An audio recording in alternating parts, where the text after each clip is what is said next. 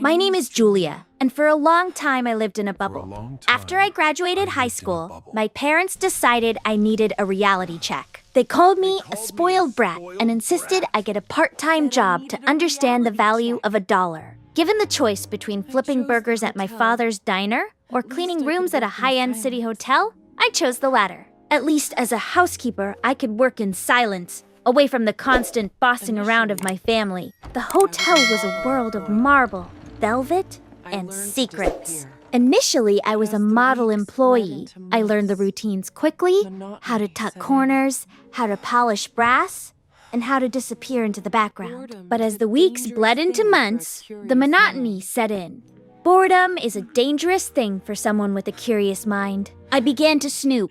It started small, just a glance at a book left on a nightstand or a quick look at a guest's choice of perfume. I told myself it was harmless. I didn't know these people, so peering into their lives was like watching a movie.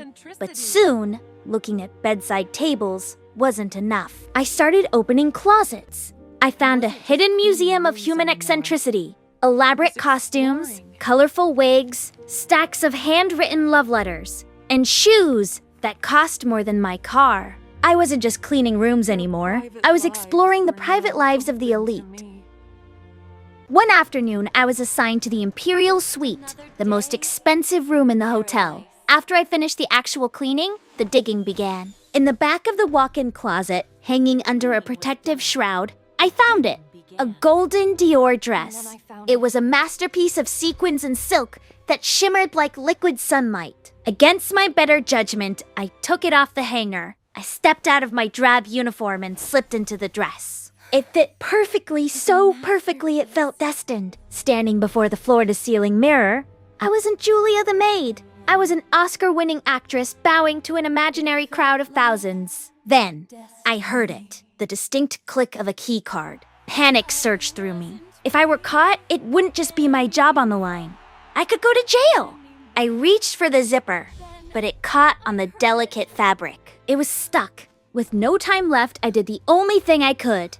I dove under the massive king-sized bed. Seconds later, a man entered. I watched his expensive leather shoes pace the carpet as he spoke on the phone. "I need a date for tonight," he said, his voice stressed. "I have the dress, and I'll pay $3,000. Just find me someone." He grabbed a suitcase and left as quickly as he'd arrived. I crawled out, managed to wrestle the zipper down, and fled the room. But I couldn't stop thinking about what he had said. $3,000 for one night? That was more than I made in a month of scrubbing toilets. More than I make in a month.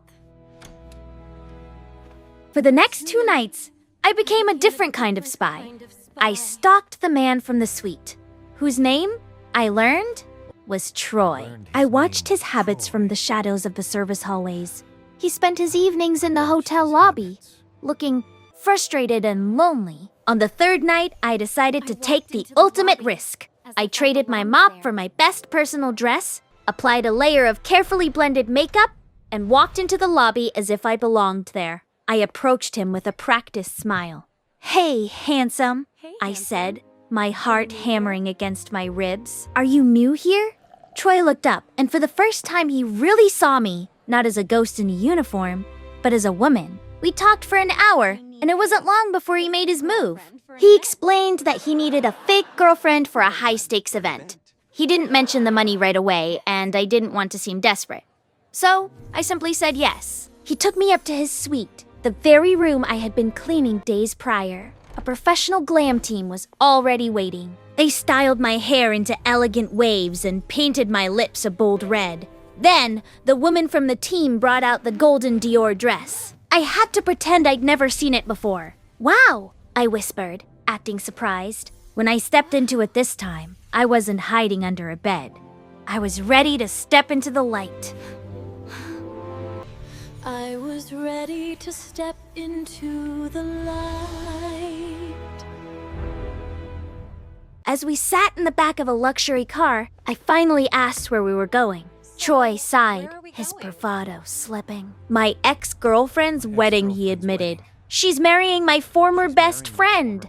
I gasped. The situation was a nightmare of social politics, but I decided to play my part to the fullest. When we arrived, the venue was a literal fairy tale. Thousands of white roses and a live orchestra. Troy was a nervous wreck, his grip on my arm so tight it bruised. When we approached the bride, he looked like he was about to crumble. The bride gave him a smug, pitying smile.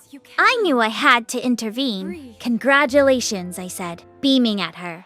Troy told me you two used to date. Thank you so much for letting him go.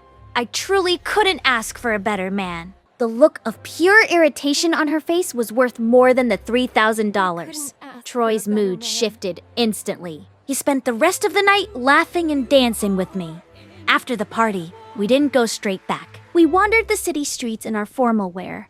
I made him stop at a late-night ice cream truck, and we ate $2 cones while looking at the city lights from a hilltop. At 3 a.m., back at the hotel, Troy told me to keep the dress.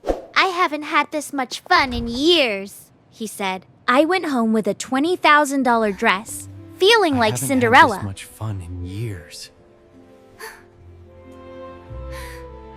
The next morning, reality hit like a freight train.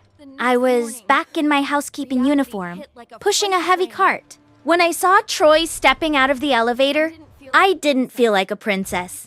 I felt like a fraud. I ducked away, terrified he would see me as a gold digger. I spent the next week avoiding him, paying my coworker Anita to clean his room so I wouldn't have to face him. But my luck ran out when the hotel hosted a major business conference. The manager forced us all to work as waitresses for the evening. As I moved through the crowd with a tray of drinks, I saw him. Troy wasn't alone. He was with a stunning blonde woman in a white silk gown.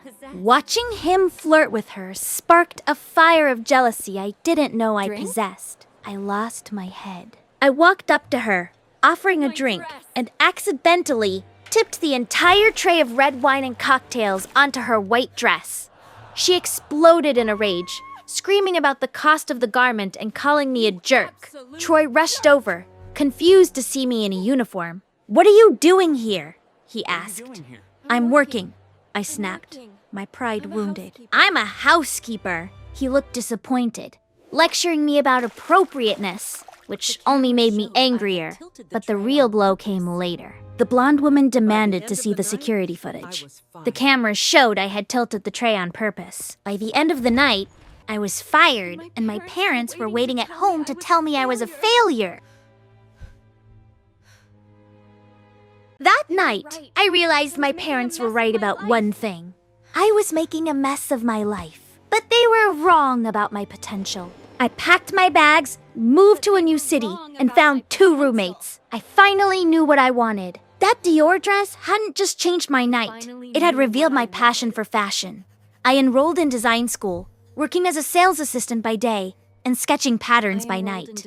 I worked harder than I ever had at the hotel. 6 years later, the spoiled brat was gone, and her place was the head manager of a premier design house. I had built a career out of the very world I used to snoop on. One afternoon, a fashion magazine arrived at my office to interview me. They asked how a girl from a diner family became a titan of industry. I smiled and told them the story of the golden dress. The first half, at least. They loved it, calling it a modern-day fairy tale. 2 days after the article was published, my office phone rang. I picked it up, and a familiar voice came through the line. "I thought you forgot about our adventure," Troy said, sounding older but just as charming. "I thought I'd never see you again." I looked at the golden dress, now framed on my office wall, and realized that sometimes getting caught is the only way to truly be found.